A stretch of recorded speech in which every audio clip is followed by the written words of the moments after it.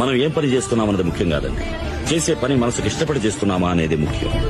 రాజమహల్లో ఉంటేనే రాజు అవుతారా?